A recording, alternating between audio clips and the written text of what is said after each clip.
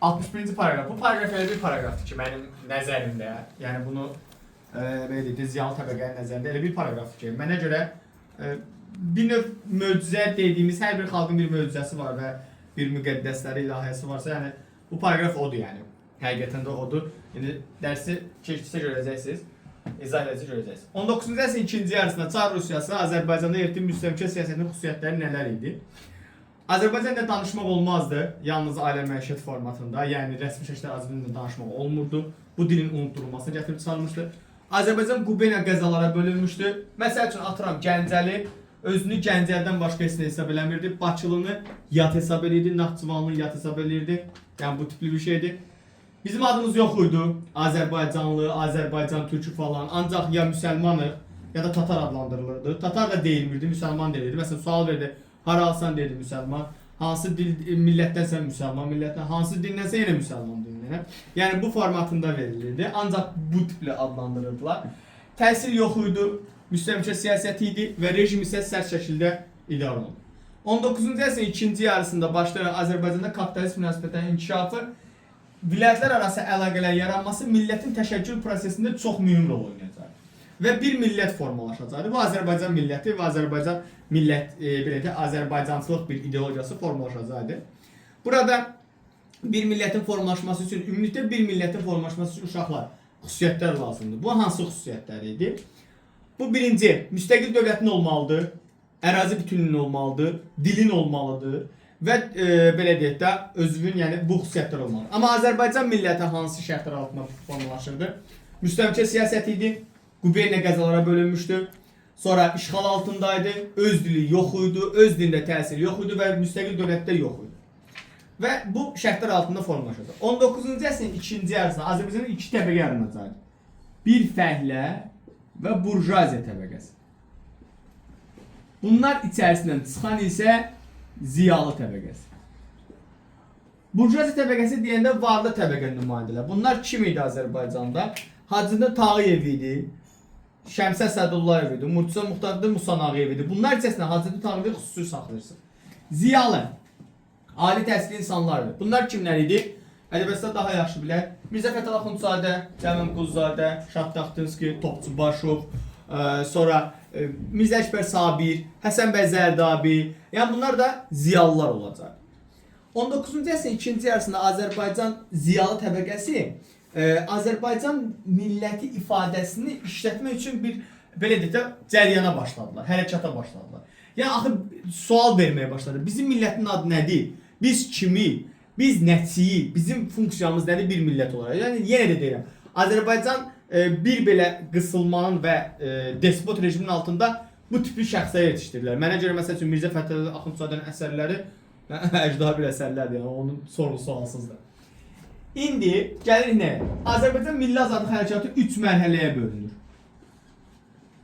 Bunlar hansılardır? Birinci mərhələ 1875-dən 1904-ə kimi, ikinci mərhələ 1904-1917, üçüncü mərhələ 1917-1918-ci il. Birinci mərhələdə Azərbaycan ziyalılarının əsas məqsədi bizim millətin milli şuurunu oynatmağı. Yəni biz hansı millətə məxsusuq, hansı etnik kökənə məxsusuq, bizim dinimiz nədir, dilimiz nədir? Yəni bu insanlara, biz Azərbaycan xalqına, bu ziyalıların əsas məqsədi dinlə dilin fərqini və bizim hansı ölkəyə, şəhərə yox ha, məsəl üçün mən Naxçıvanlıyam, sən Gəncəlisən, bu deyil.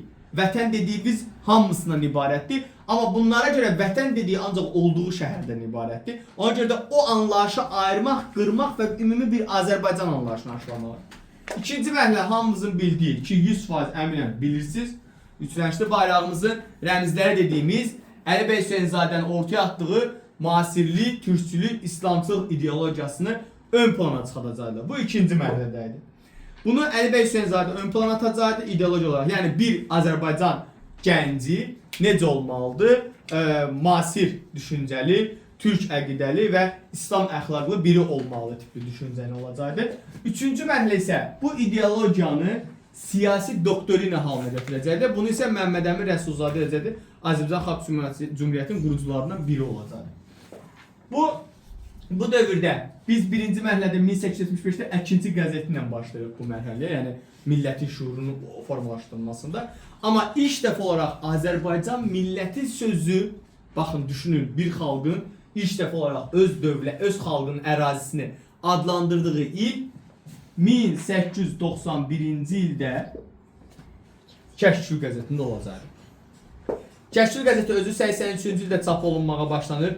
91-ci ildə biz kimi sualı ilk dəfə verilir və biz Azərbaycanlıyıq cavabı kimi növbəti həftədə çap məsələsində olunacaq.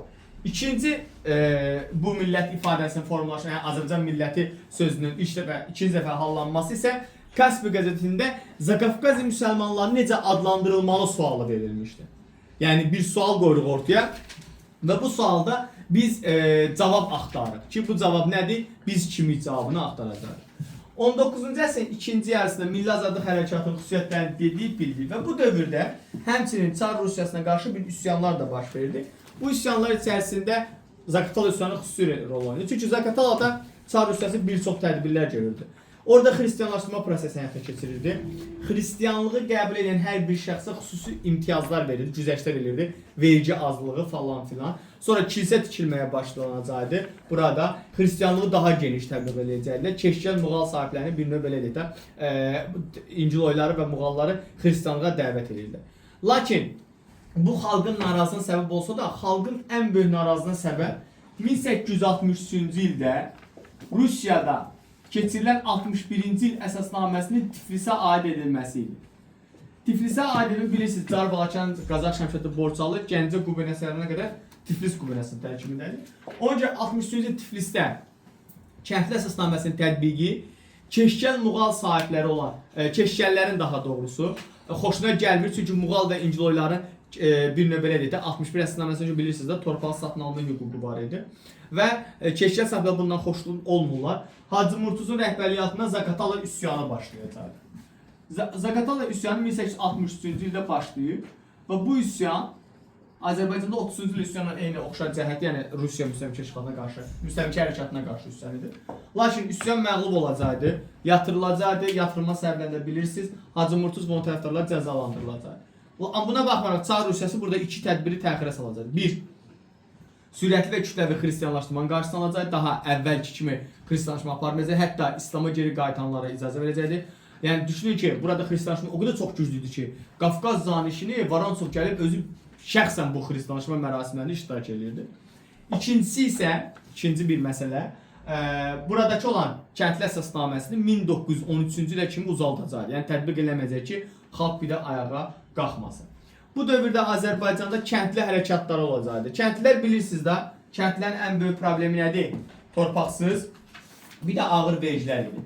Kəndlilər bu ağır vergilərini yaxa qurtarmaq üçün üsyanlara qalxırdı. Bu üsyanlar isə qaçaqçılıq hərəkatı olurdu. Qaçaqçılıq hərəkatının nümayəndə rəhbərləri Qaçaq Nəbidi, Qaçaq Kərəmdi və digərləridir. Və bu qaçaqçılıq hərəkatı zamanı həm Rus məmurlarına, həm də Rus məmurlarla paraleldə yerli bəyvağalar böyük ziyanlar vurdu. Hətta buna görə 1866 məhkəmə islahatında da, orada bilirsiniz punkt var, deyirdilər ki, bəyvağanın və Rus məmurunun həyat fəaliyyətinə toxunan hər bir şəxs hərbi sərhəd məhkəməsində yargılanır ki, burada da ölüm hökmü çox 2-2-dir, yəni asan idi. Qaçaqçılıq hərəkatı Azərbaycanda Gəncə bölgəsində, Zəngəzur bölgəsində, Naxçıvan və İrəvan da daha geniş yayılmışdır. Xəbərdir. Bir də bu dövrdə fəhlələr. Azərbaycanda 1870-ci ildən etibarən kapitalist məhsulunun inkişafı fəhlə təbəqəsinin yaranmasına gətirmişdir və fəhlə sinifi yaranacaqdı. Bilirsiniz də fəhlələr 60-cı ildə məcbur əməl ləğvi ilə yaranırlar. Sonra 70 kəndli əsasnaməsində torpağını satın ala bilməyən kəndlilər şəhərə köçürdülər və burada işlə məşğul olduqları üçün fəhlə təbəqəsini yaradırdılar və bunlar 70-80-ci illərdən etibarən tətillər keçirməyə başlar. Fəhlənin, ümumiyyətlə fəhlələrin vəziyyətinə ağırlaşdıran amil deyəndə siz nəyə götürürsünüz? Maaşın azlığı, iş saatının çoxluğu.